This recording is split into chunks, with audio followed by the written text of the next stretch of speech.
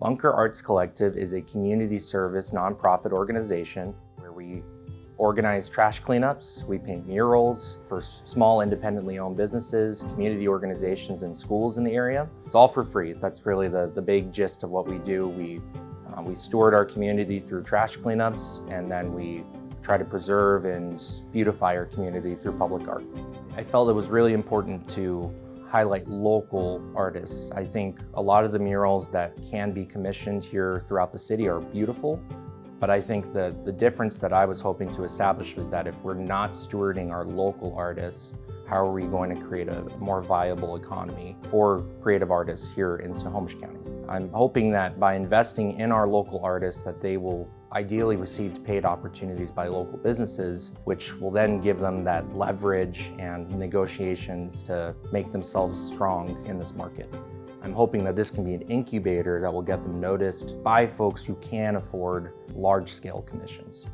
I was able to connect with Bunker Arts Collective through my sister, actually, who used to work with Evan a long time ago.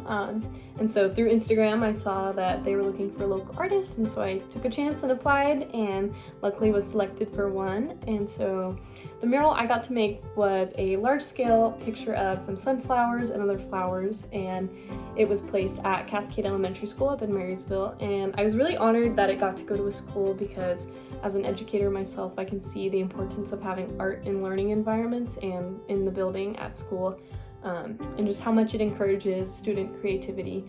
So I was really excited that it got to go there because that's kind of where my passion lies as well. So it was a great combination of that. And so in my work, I often like to focus on nature and its bold, bright colors, and so we took a focus on that. But I really appreciate Bunker Arts Collective for taking a chance on artists who don't have as much experience.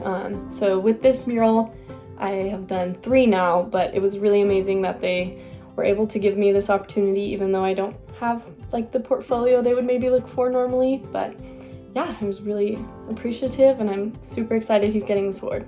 I had the enormous privilege of, throughout high school, doing choir, theater, student government, and even yearbook in middle school. All of those opportunities that I had to go to the choir concerts, go on choir tour, be able to perform in musical theater productions, gave me a purpose to want to be in the arts and culture sector professionally.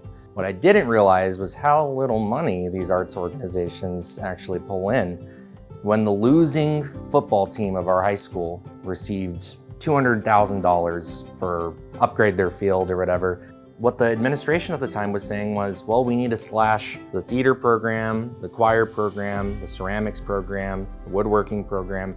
All of the arts programming, they were trying to slash to justify their $200,000 investment into the losing football program. So that created this fire within me to start the GoFundMes, to get families on board with our vision.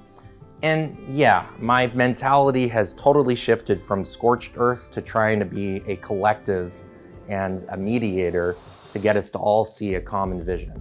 That's ultimately where my love for the arts and culture sector came from. I was doing musical theater my whole life, from about 6 years old all the way up into my college career, and being in that spotlight is really fun, but what I find more rewarding is being able to try to advocate for the organization and the community that we do serve.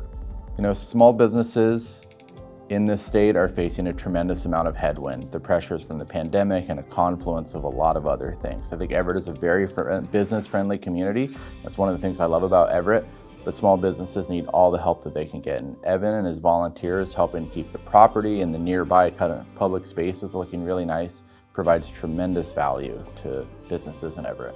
Ultimately though, what I've realized and why I want to be in Everett long term is I have gotten to know the whole community beyond just downtown Everett.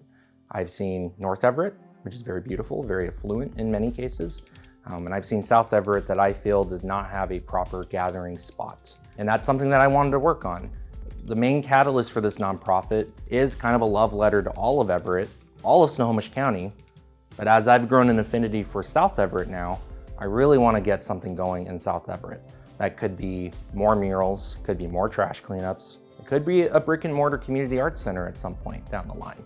We're working towards those things. As we're only a year old, I think the sky's the limit, and we're really excited to keep it growing and expanding throughout other cities here in Snohomish County. But I'm grounded here in Everett for the time being. I enjoy the people I've met here, the businesses I've been able to form a relationship with, and try to figure out how we can make Everett a beautiful place to live.